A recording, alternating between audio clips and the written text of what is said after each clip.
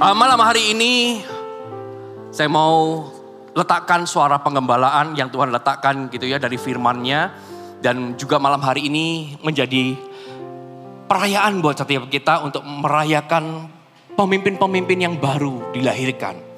Untuk merayakan CG-CG yang baru dilahirkan. Bukankah kemarin kita ini momennya CG Fun dan ini laporan kemenangannya. Malam hari ini kita merayakan. Saya masih ingat kemarin ketika hitung-hitungan dengan tim yang ada, ketika sebelum CG Fun gitu ya, kita punya 104 CG kalau nggak salah, betul ya. Dan hari ini tahu nggak Bapak Saudara, Tuhan kasih kita kepercayaan, kita rilis jumlah total semua 145 CG loh. Wow, it's amazing. Luar biasa ya. Ada 145 CG, nggak kerasa Tuhan tambahkan banyak, jiwa-jiwanya juga Tuhan tambahkan banyak. Karena Tuhan tambahkan, makanya kita perlu dengar suara pengembalaan ini. Saya kasih judul nggak tahu kuat sekali di dalam hati saya, No Meaning, No Mission. Saya kasih judulnya No Meaning, ya, No Mission. Jika visi kerohanian yang kita jalani hari ini sudah gak punya arti lagi di dalam diri kita, maka kepemimpinan kita sudah gak punya misi. Maka kepemimpinan kita sudah berhenti. Apakah visi kerohanian kita hari ini masih hidup dan masih ada di dalam diri kita? Karena kalau visi kerohanian di dalam diri kita sudah gak berarti lagi, maka jabatan kepemimpinan yang Tuhan berikan di dalam hidupmu dan hidupku sudah gak punya misi dan artinya sudah gak berarti. Kita buka sama-sama Pengkhotbah pasal yang pertama. Jarang-jarang saya berkhotbah di dalam Pengkhotbah pasal yang pertama, tapi Tuhan letakkan sebuah hikmat. Pengkhotbah pasal yang pertama, ayat yang pertama sampai ayat yang ke-11. Seberapa banyak yang sudah pernah membaca firman Tuhan ini, bisa lambaikan tangan? Oke, belum banyak. Karena kita pengkhotbah ini gak favorit biasanya. Gitu ya. Biasanya kita pengkhotbah lalu kitab bilangan, kitab ulangan, itu jadi gak favorit. Karena ketika baca kitab ulangan gitu, wah aku sudah tahu ini, sudah ada gitu ya. Dan kitab keluaran, kenapa? Karena banyak orang gak keluar-keluar di situ. Kejadian keluaran, terus gak keluar-keluar. Padahal kita sudah merdeka. Dan saya berdoa tahun depan kita keluar dari keluaran. Masuk ke kitab berikutnya ya. Amin. Pengkhotbah pasal yang pertama, ayat yang pertama sampai ayat yang ke-11. Inilah perkataan pengkhotbah, katakan pengkhotbah. Anak Daud, katakan anak Daud. Raja di Yerusalem, katakan Raja Yerusalem. Kesia-siaan belaka, kata pengkhotbah. Kesia-siaan belaka, segala sesuatu adalah sia-sia. Apakah gunanya manusia berusaha dengan jeripaya di bawah matahari? Keturunan yang satu pergi dan keturunan yang lain datang. Tetapi bumi tetap ada. Matahari terbit, matahari terbenam, lalu terburu-buru menuju tempat ia terbit dan kembali. Angin bertiup ke selatan, lalu berputar ke utara, terus menerus ia berputar dan di dalam putarannya angin itu kembali. Semua sungai mengalir ke laut, tetapi laut juga tidak menjadi penuh. Kemana sungai mengalir, ke situ sungai mengalir selalu. Segala sesuatu menjemukan, sehingga tak terkatakan oleh manusia. Mata tidak kenyang melihat, telinga tidak puas mendengar. Apa yang pernah ada akan ada lagi, dan apa yang pernah dibuat akan dibuat lagi. Tidak ada sesuatu yang baru di bawah matahari. Adakah sesuatu yang dapat dikatakan? Lihatlah ini baru, tetapi sudah ada dulu. Lama sebelum kita ada. Kenang-kenangan dari masa lampau tidak ada. Dan dari masa depan yang masih akan datang pun tidak akan ada kenang-kenangan pada mereka yang hidup sesudahnya. Katakan amin. Bapak Saudara, kalau Bapak Saudara membaca kitab Pengkhotbah ini jangan bingung. Saya akan jelaskan nanti dari apa yang Tuhan taruh di dalam hati saya gitu ya. Firman Tuhan katakan inilah perkataan pengkhotbah anak Daud, Raja di Yerusalem. Dikatakan bahwa ini perkataan pengkhotbah. Ini perkataan anak Daud dan ini perkataan Raja Yerusalem. Ini ditulis oleh Salomo anak Daud pada waktu itu juga sebagai seorang raja dan seorang pengkhotbah pula. Kalau kita pelajari inilah perkataan pengkhotbah. Siapa orang yang boleh berkhotbah? Pemimpin bukan? Siapa orang yang dikasih kepercayaan untuk berkhotbah? Pemimpin bukan? Berarti ini relevan untuk Anda. Juga dikatakan bahwa ini perkataan pengkhotbah anak Daud. Ditulis jelas anak Daud. Siapa Daud? Kita masih kenal dulu. Daud itu adalah orang yang detak jantungnya, hatinya itu seirama dengan Tuhan. Firman Tuhan katakan. Artinya kenapa kok sampai anak Daud ini disebut? Ini sebuah gambaran anak visi. Daud itu anak visinya Tuhan loh. Dan Salomo pun anak visinya Daud. Jadi bukan dikatakan bahwa dia pengkhotbah, inilah perkataan pengkhotbah seorang pemimpin anak Daud, anak visi pula. Raja di Yerusalem. Raja di Yerusalem ini bisa mewakili banyak hal. Juga raja-raja di marketplace. Semua dari Anda mewakili. Raja di Yerusalem. Berarti firman Tuhan ini relevan buat Anda. Firman Tuhan ini relevan buat saya. I'm a preacher. Saya juga pengkhotbah. Beberapa pemimpin TL, coach, CGL, bahkan sponsor. You are preachers. Engkau juga pengkhotbah. Berarti ini relevan buat Anda juga.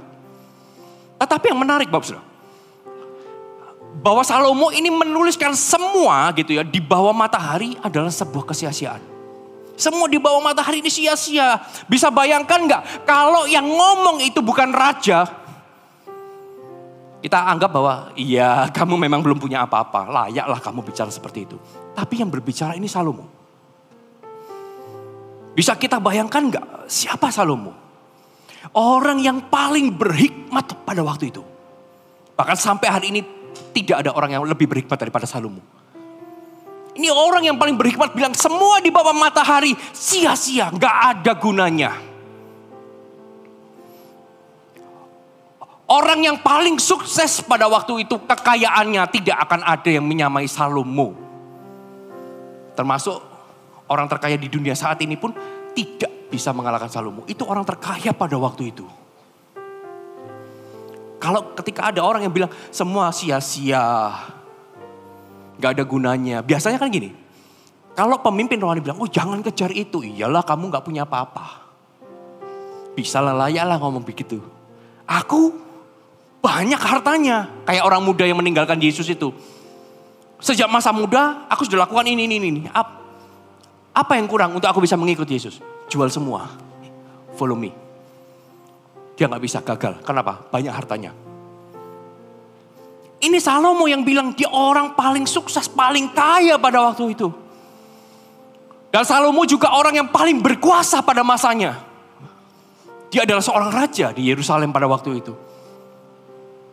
Orang yang begitu besar, penuh hikmat. Dia berkata bahwa semua yang ada di bawah matahari tidak ada guna. Semua sia-sia. Semuanya sia-sia, semua ini gak berharga. Kalau kita pelajari arti nama Salomo itu artinya damai. Artinya damai.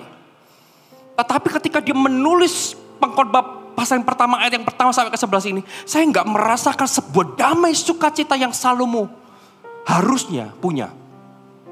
Arti namanya damai. Tetapi dalam kitab ini kita melihat bahwa Salomo dengan segala kemegahan gak merasa damai dengan segala sesuatu yang ada di bawah matahari. Gak merasa damai dengan apa yang dia punya. Dia gak merasa damai. Arti nama yang dia miliki tidak mewakili kehidupannya yang dia rasakan. Padahal orang dunia, aku kalau jadi Salomo, damai sejahtera, sukacita, 7 turunan. Betul? Tapi justru Salomo gak merasakan damai.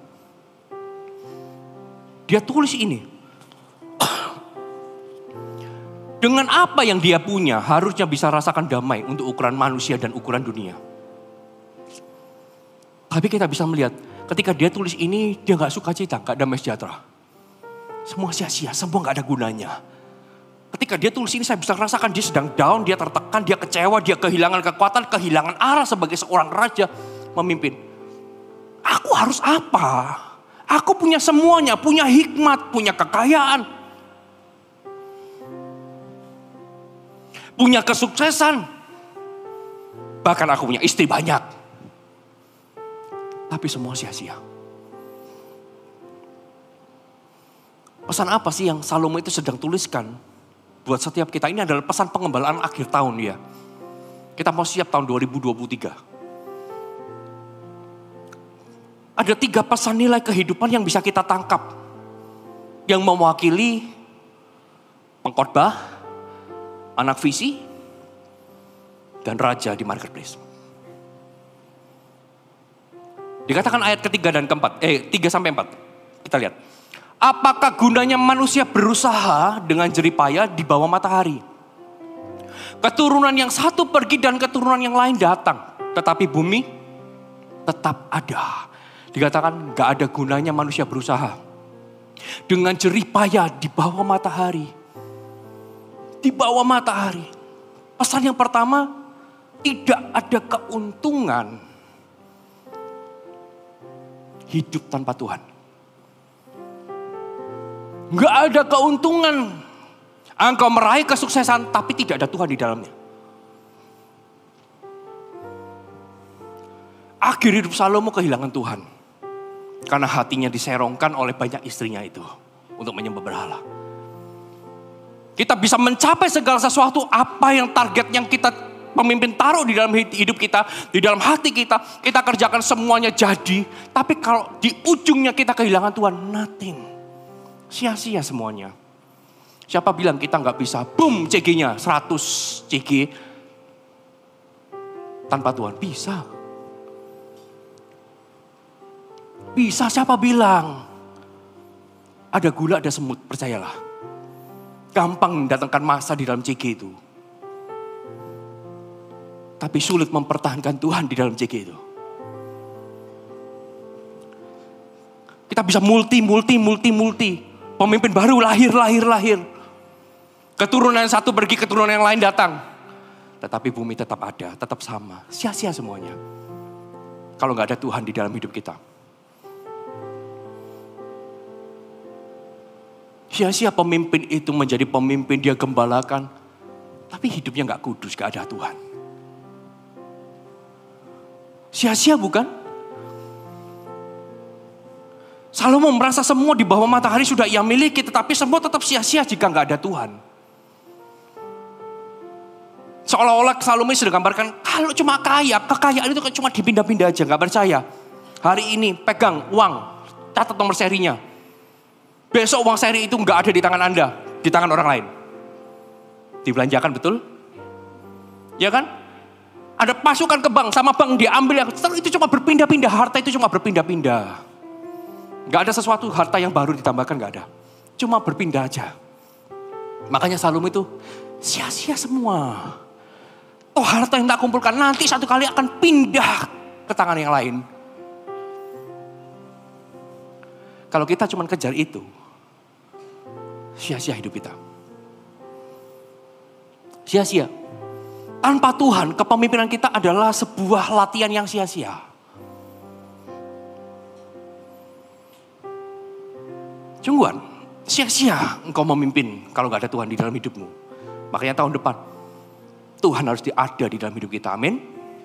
Tanpa Tuhan, maka ministry kita juga sia-sia. Anda melayani siapa? Melayani Tuhan. Harusnya ada Tuhan di dalamnya.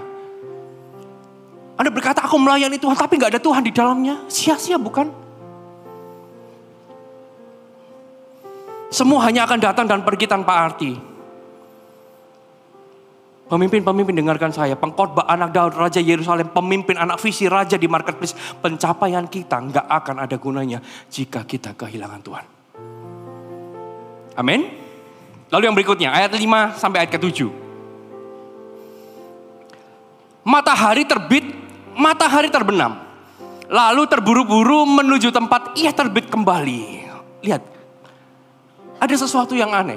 Ini seperti siklus.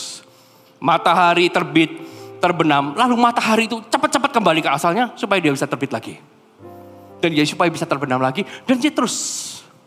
Angin bertiup ke selatan lalu berputar ke utara. Terus menerus ia berputar. Dan dalam putarannya angin itu kembali lagi. Semua sungai mengalir ke laut tapi laut juga gak menjadi penuh. Kemana sungai mengalir, ke situ sungai mengalir selalu. Ini berbicara tentang nilai tidak ada tujuan. Apa yang kita lakukan gak akan ada tujuannya jika itu semua cuma siklus bentuknya. Jika itu cuma liturgi belaka. GG, habis ini datang, oh kita worship. Habis worship, icebreaker. Habis icebreaker, kesaksian. Firman Tuhan dibagikan, saling mendoakan. Terus berputar siklusnya. Selama itu cuma siklus di dalam CG-mu dan di dalam hidupmu, itu sia-sia.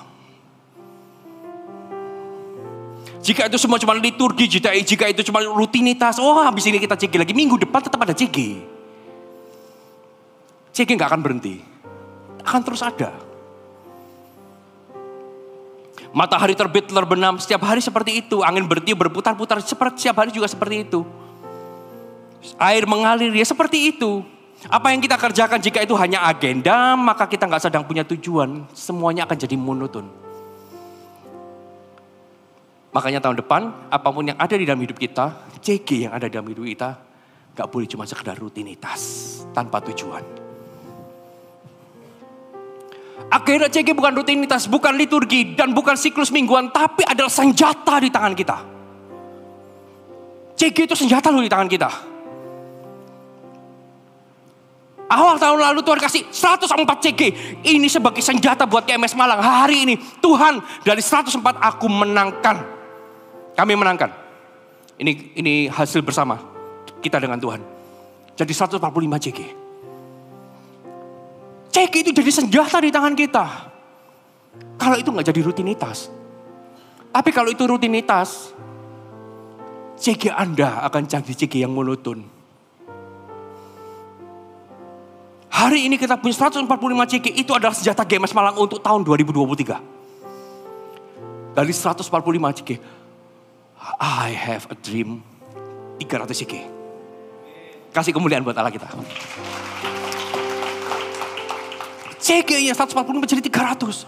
Oh, kecil orangnya tapi besar visinya. Karena saya tahu 145 itu bukan cuma CG rutinitas. Itu adalah senjata yang Tuhan titipkan di dalam tangan kita.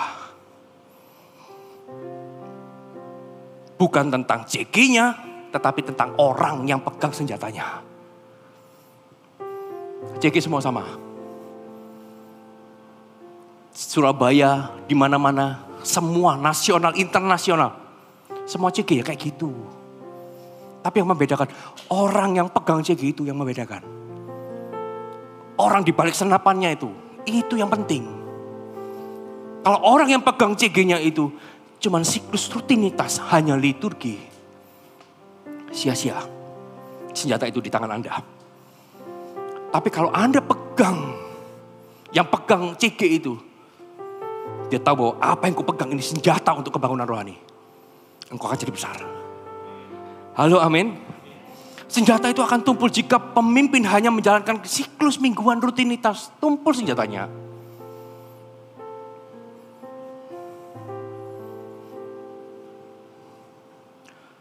CG itu senjata di tangan kita, amin. Siapa yang hari ini sudah dikasih kepercayaan pegang CG? Angkat tangannya.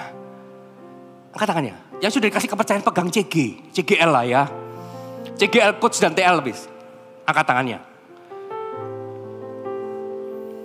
Anda sudah dikasih senjata itu. Jadilah besar. Amin. Yang berikut yang ketiga. Ayat ke-8. Segala sesuatu menjemukan sehingga tak terkatakan oleh manusia. Mata tidak kenyang melihat, telinga tidak puas mendengar. Apa yang pernah ada akan ada lagi, dan apa yang pernah dibuat akan dibuat lagi. Tidak ada sesuatu yang baru di bawah matahari. Adakah sesuatu yang dapat dikatakan lihatlah ini baru, tetapi itu sudah ada dulu lama sebelum kita ada. Kenang-kenangan dari masa lampau tidak ada, dan dari masa depan yang masih akan datang pun tidak ada kenang-kenangan pada mereka yang hidup sesudahnya. Yang ketiga, pesan nilai apa sih yang Salomo sedang taruh di dalam kehidupan kita, bahwa berbicara tentang tidak ada progres atau tidak ada kemajuan. Dikatakan bahwa segala sesuatu menjemukan. Sehingga tak terkatakan oleh manusia, mata gak kenyang melihat, telinga gak puas mendengar, apa yang pernah ada ya itu lagi. Itu lagi. Gak ada yang bertumbuh, gak ada yang berprogres, gak ada kemajuan. Ketika gak ada sesuatu yang baru, ketika kita gak lagi ada kepuasan, haus dan lapar, maka apa yang Anda pegang gak akan ada kemajuan. Seberapa besar haus dan lapar engkau pegang JG itu, menentukan seberapa besar JG itu di tanganmu.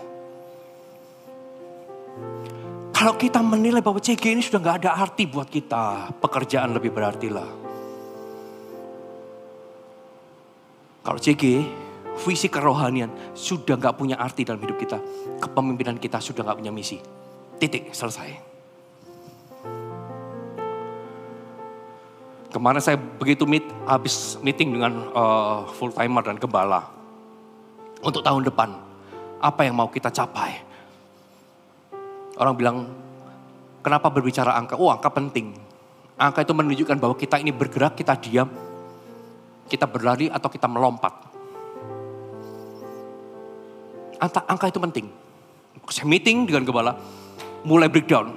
Selalu kembalinya, CG-nya mau berapa kita? Saya nggak berfokus kepada banyaknya jemaat. Saya mau berfokus kepada banyaknya pemimpin yang akan dilahirkan. Kalau saya bisa melihat 50 pemimpin, berarti ada 50 JG, berarti akan ada ditambahkan 500 lagi. As simple as that. Sesimpel itu. Saya nggak berfokus kepada jumlah, tapi berfokus kepada pemimpin. Lebih baik gereja itu banyak pemimpin pada cuma banyak jemaat. Makanya visinya tetap sama. 1000 gereja lokal, 1 juta murid. Murid itu bukan jemaat. Murid itu pemimpin. 1 juta pemimpin. Bisa bayangkan kalau pemimpinnya 1 juta. Kalau cuma jemaatnya berapa? Hitung sendiri. Saya gak bisa bayangkan. Apa yang kita lakukan hari ini harus ada progres. Harus diingat generasi selanjutnya. Mereka itu harus ingat bahwa ada masa di atasnya orang-orang itu yang haus akan Tuhan. Ada masa di atasnya di mana mereka itu berdiri, haus mengerjakan visi Allah, yang haus akan kebangunan rohani. Mereka harus ingat itu. Sehingga gak terjadi kenang-kenangan dari masa lampau, gak ada. Dan dari masa depan yang masih akan datang pun tidak ada kenangan pada mereka yang hidup sesudahnya. Kenapa? Karena kita gak berprogres, gak ada kemajuan di dalam diri kita. Gak ada kemajuan. Kepemimpinan tanpa perspektif yang abadi akan jatuh ke dalam sia-sia. Makanya kita pemimpin, engkau harus kejar perkara yang di atas. Gak boleh cuma yang di bumi. Dari ketiga nilai kehidupan kepemimpinan, untuk anak visi, untuk pengkhotbah dan untuk raja marketplace, saya bisa simpulkan begini. Jika Salomo yang besar, yang megah, yang perkasa berkata tidak ada yang berharga di bawah matahari. Dengarkan kata saya. Kalau Salomo yang luar biasa berkata tidak ada yang berharga di bawah matahari, maka yang berharga ada di atasnya matahari. Halo, amin. Kalau yang Salomo orang yang begitu kaya, dia berkata di bawah matahari semuanya sia-sia, gak ada yang berharga. Berarti yang berharga ada di atas. Kepemimpinan kita akan menjadi berharga ketika kita mengejar perkara di atas, bukan di bumi. Jangan kejar pujian manusia. Bayarlah harganya. Kalau Salomo berkata di bawah matahari gak ada yang berharga, berarti yang berharga ada di atasnya. Maka kita jadi pemimpin harus kejar yang di atas itu. Jangan yang di bawah. Salomo sudah bilang gak ada harganya. Sia-sia. Kalau kita masih ke sana, ya sia-sia pula hidup kita. Makanya kita harus cari yang di atas. Salomo belum sampai ke sana. Kita harus sampai ke sana. Amin. Yang kedua, saya simpulkan begini. Jika Salomo dengan segala sesuatu yang dia miliki, dia menyelidiki kesenangan-kesenangan di dunia yang kelihatan dan apa yang bisa memuaskan dan semuanya sia-sia dan gak pernah puas. Ya, orang bilang banyak uang itu pasti aman, tenang. Ternyata Salomo enggak. Dia banyak uang, dia cari kesenangan semua. Orang dunia, oh banyak istri, pasti banyak rezeki. Salomo buktikan, gak puas, gak ada. Tidak ada di dunia ini yang bisa memuaskan kita. Karena kesenangan sejati ada di dalam hal yang gak kelihatan, yaitu visi Tuhan. Kalau engkau mau cari kepuasan, visi Tuhan tempatnya, ladang misi itu tempatnya. Ladang misi. Kesenangan sejati hanya ada di dalam hal yang gak kelihatan, kehendak Allah, visi Tuhan, ladang misi. Makanya kita gak boleh jadi orang yang jemu-jemu, orang yang berpuas diri. Jangan jemu-jemu kerjakan ladangnya, itulah kepuasan kita. Pengkhotbah, anak visi, marketplace, raja di marketplace. Kepuasan Anda gak ada di dunia ini, tapi ada di dalam ladang misi. Kalau Anda mau cari kesenangan yang bisa memuaskan hidupmu, masuk ke ladang misi. Masuk ke dalam visi Allah, ada kepuasan. Karena Salomo sudah membuktikan bahwa di dunia ini dia gak pernah puas. Kesenangan model apa? Dia banyak uang. Kalau dahulu ada kapal krus, dia udah berlayar setiap hari. PPPP. Habiskan uangnya gak habis-habis juga. Tapi dia kesenangan model apapun yang sudah dia lihat, dia rasakan gak ada yang bisa puaskan. Di dunia ini gak ada. Hanya ada di ladang misi. Dan kesimpulan yang ketiga. Yang terakhir. Jika Salomo orang yang paling bijaksana tidak dapat menemukan jawabannya di dunia ini atau di bawah langit, maka jawabannya pasti ada di atas langit, yaitu di surga. Salomo, orang yang paling bijaksana, gak menemukan jawabannya di dunia ini, berarti jawabannya ada di surga. Makanya jawabannya hanya ketika kita menyelesaikan panggilannya, baru ada jawabannya. Selesaikan semua apa yang Tuhan percayakan dalam hidupmu. Engkau akan lihat jawabannya. Selama setiap hal yang Tuhan percayakan itu gak selesai, gak ada jawabannya pasti. Karena yang di bawah langit gak ada jawabannya semua. Mau pakai hikmat kayak gimana, hikmat Salomo aja gak nemukan jawabannya, apalagi hikmat kita yang terbatas. Jawabannya, selesaikan kau akan dapat jawabannya. Makanya tetap setia ya, sampai masa kita selesai. Itu jawaban kita. Makanya benarlah firman Tuhan katakan di dalam Kolose 3 ayat 1-4. Karena itu, kalau kamu dibangkitkan bersama dengan Kristus, carilah perkara yang di atas, di mana Kristus ada, duduk di sebelah kanan Allah. Pikirkanlah perkara yang di atas, bukan yang di bumi. Sebab kamu telah mati dan hidupmu tersembunyi bersama dengan Kristus di dalam Allah. Dan apabila Kristus yang adalah hidup kita menyatakan diri kelak, kamu pun akan menyatakan diri bersama dengan Dia di dalam kemuliaan. Itulah jawaban. Dia setuju berikan kemuliaan buat Allah kita. Halo, amin. Tangkap sesuatu Bapak Saudara. 3 pesan pengembalaan ya untuk Anda. Bahwa kepemimpinan kita akan menjadi berharga ketika kita mengejar perkara yang di atas dan di bumi. Kesenangan sejati ada di dalam hal yang gak kelihatan, yaitu visi Allah, ladang misi. Dan yang ketiga, jawaban hanya ketika kita menyelesaikan panggilannya. Bangkit berdiri, kita sama-sama mau berdoa.